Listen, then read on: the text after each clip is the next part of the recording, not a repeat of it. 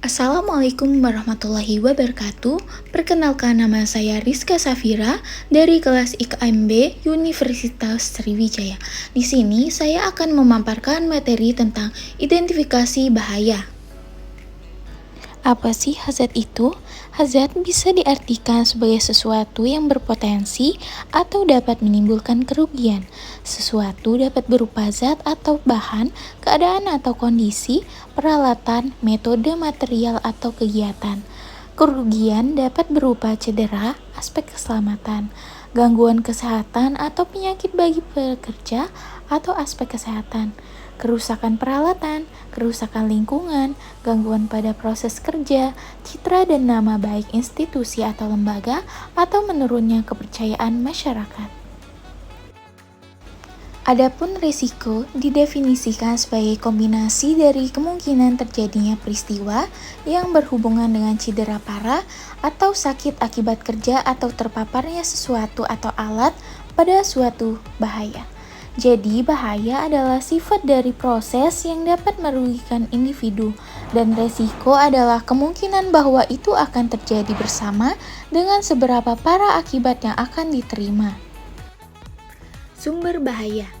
Klasifikasi bahaya primer atau primer hazard menurut jenisnya tersebut membawa juga pengertian mengenai sumber bahaya yang dapat kita bagi atas. Yang pertama, manusia dengan segala karakteristiknya baik secara badani atau fisik tubuh, mental, pengetahuan, keterampilan, dan yang lainnya. Yang kedua, peralatan yang desainnya tidak tepat, kualitasnya mudah rusak ataupun kurang terawat, dan lain-lain. Yang ketiga, material atau bahan yang secara kimiawi misalnya mempunyai tingkat toksisitas yang tinggi, dan lain-lain. Yang keempat, lingkungan tempat berlangsungnya pekerjaan yang kurang memadai, seperti sempit, kotor, licin, dan lain-lain. Hazard dapat dibagi menjadi 5 golongan besar, yaitu yang pertama fisik, yang kedua kimia, ketiga biologi, keempat ergonomi, dan yang kelima psikososial. Penanganan bahaya potensial atau manajemen hazard harus dilakukan secara efektif dan secara efisien sesuai dengan kebutuhan yang ada. Secara garis besar, maka harus mengikuti kaidah identifikasi, asesmen atau penilaian, kontrol atau pengendalian, dan monitor atau pengawasan.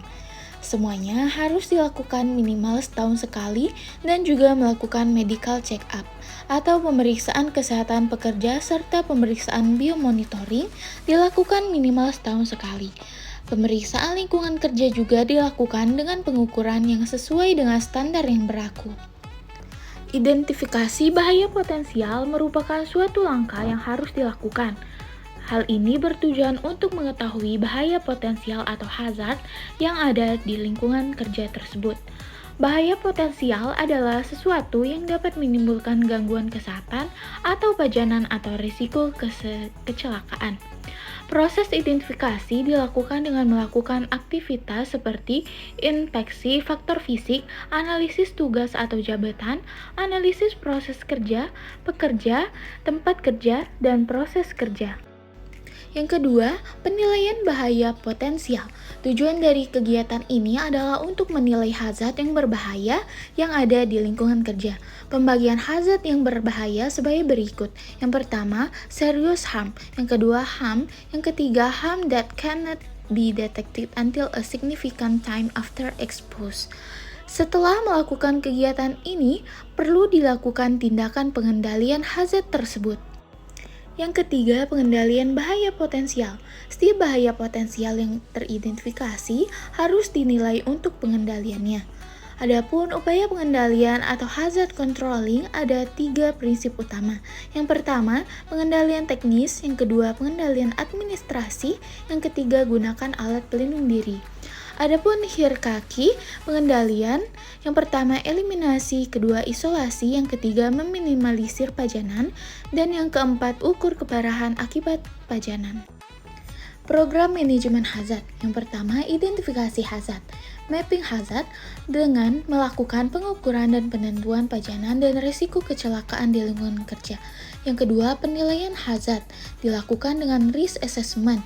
Yang ketiga, kendali hazard Pengendalian ini contohnya berupa teknik, administrasi, dan penggunaan alat pelindung diri. Dan yang keempat, monitoring hazard. Di lingkungan kerja perlu dilakukan evaluasi pajanan tiap tahun.